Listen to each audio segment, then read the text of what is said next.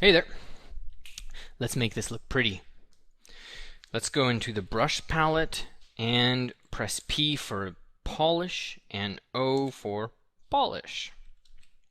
And let's see what polish can do for us. Okay, I'm just going to run the brush back and forth.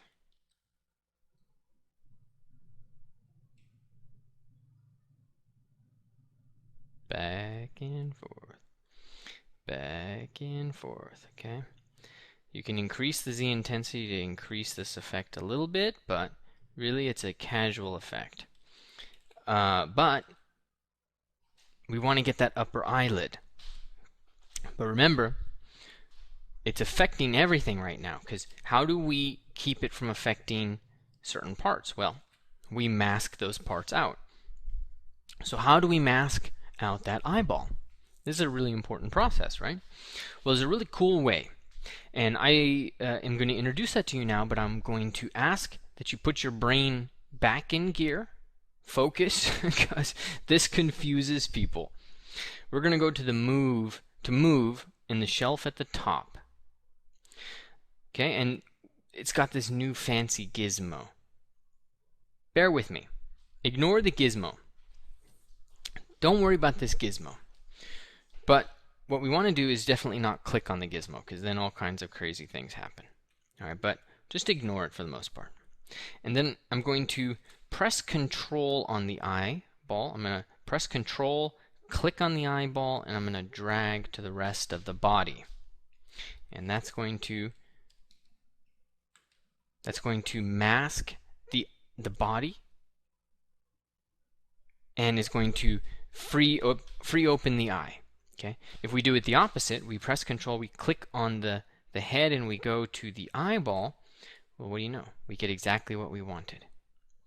Either way, you can always go to Tool, Masking, and Inverse to inverse the effect. But before you start sculpting, you got to come up here and press Draw. Now that worked because the eye is a separate piece of geometry, and it's because we used Insert Sphere. Okay, the other way that you create masks, which we'll look at in more depth, is you just press Control. Okay, that's CTRL, that key, Control. It's the same on the Mac, same on the PC. Press Control, click on the surface, and you have a mask. Okay, now if I switch over to, say, the Move brush, that area that's masked is not moving. Let's undo. And let's go back to the Polish brush. Okay, and we're going to come to the top lid. And a really good brush for this is H Polish. All you got to do is press B and then H. It comes right up. Pretty cool. So H Polish.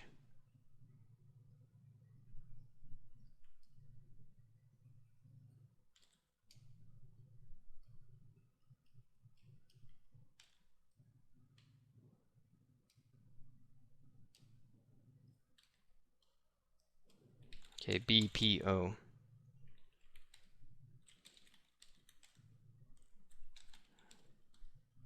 going to smooth that out a little bit. And then let's go into Damien Standard Brush, press Alt. Sorry, don't press Alt to get that curve in there, and then press Alt to get that lip. Click outside. See how what I'm doing is clicking in this space that's from the white line out. That allows me to rotate the model when I'm in there close.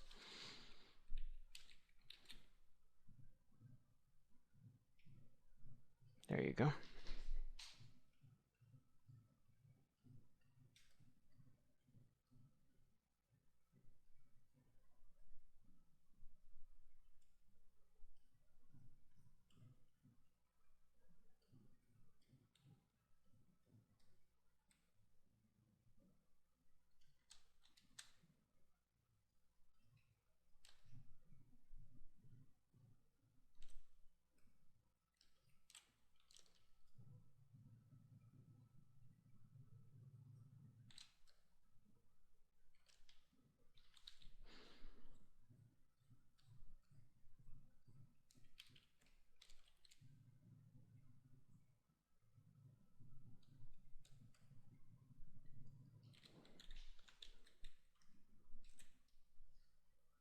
Okay, I'm going to just push that up. Smooth that out a little bit.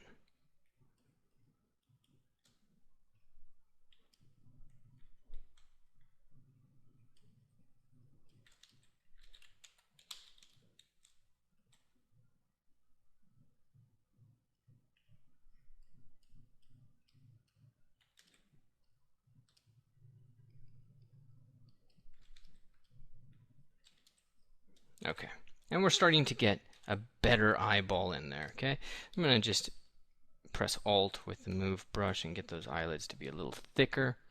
And we've got a little bit more defining to do to them. I'm going to kind of flatten out that space between the eye and the side of the nose.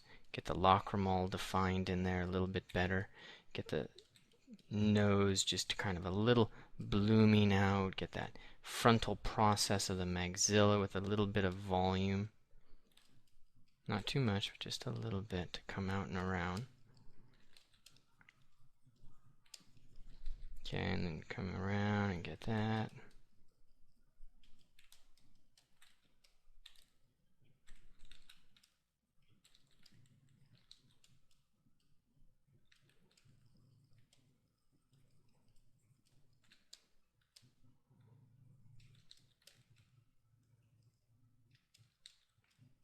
Okay, let's do move and just kind of push that up a little bit. Okay. And so we have a rough little thing to start to play with. All right, but we have refined that by using polish, smooth, and Damien standard brush to really kind of push and pull all of this stuff together. We've got a little bit more work to do, but we're not doing too shabby. Damien standard brush, you'll find, is just really essential for so many things.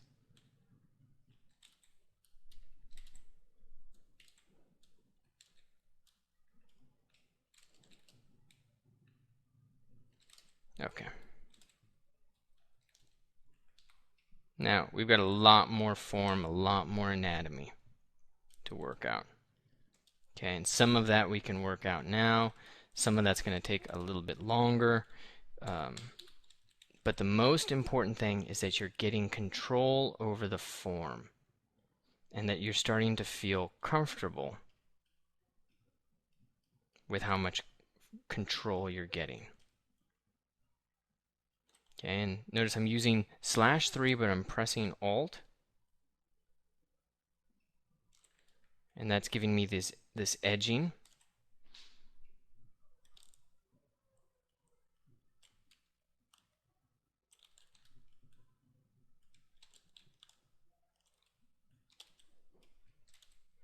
Okay, got to get that along the top, so pressing Alt gives me some nice edging again.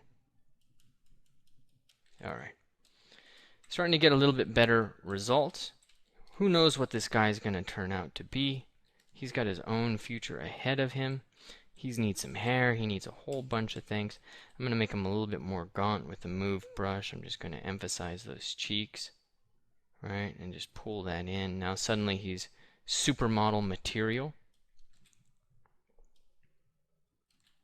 I'm going to pull this out a little.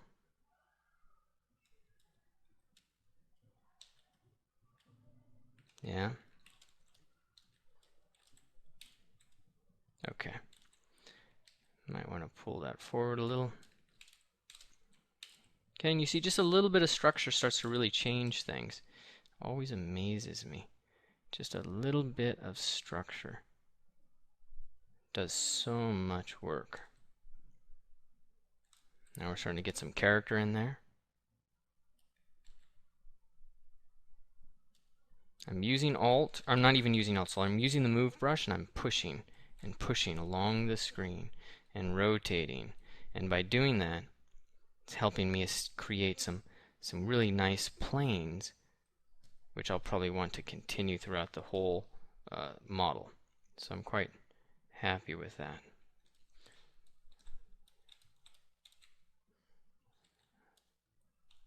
push that in. Let's press the standard brush, which I have set up on a hotkey.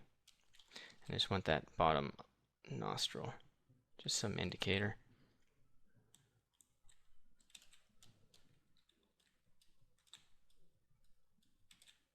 Okay, and he's got quite a schnoz on him.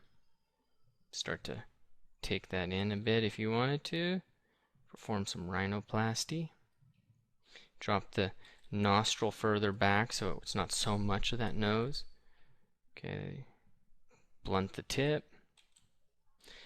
Take care of the columella down here. You know, these are all little things, and I'm just adjusting the look. So really, at the end of the day, you have learned an enormous amount of tools that you can put to immediate effect. Let me come in. I'm going to put the alar cartilage in, which I hadn't done a lot. Okay, and alar cartilage means I need to put a facet in right there.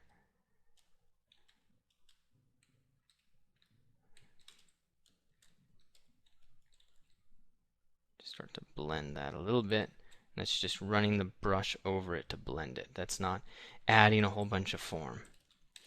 Let's add some eyebrows. Just strokes along the surface, but knowing that eyebrows go da da da da da da.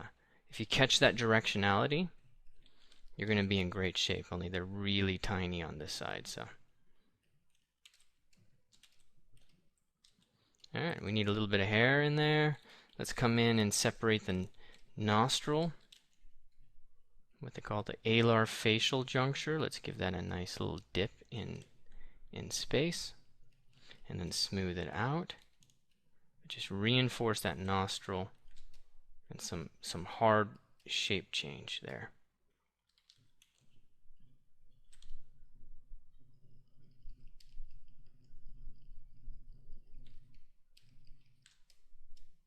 Cool. Okay, just one of the things that we can start to do. So you've seen this through various stages of okay and various stages of suck, and you know, I didn't lose my cool too much, even though I inwardly was cowering in fear that this was going to be just horrible. That's kind of cool.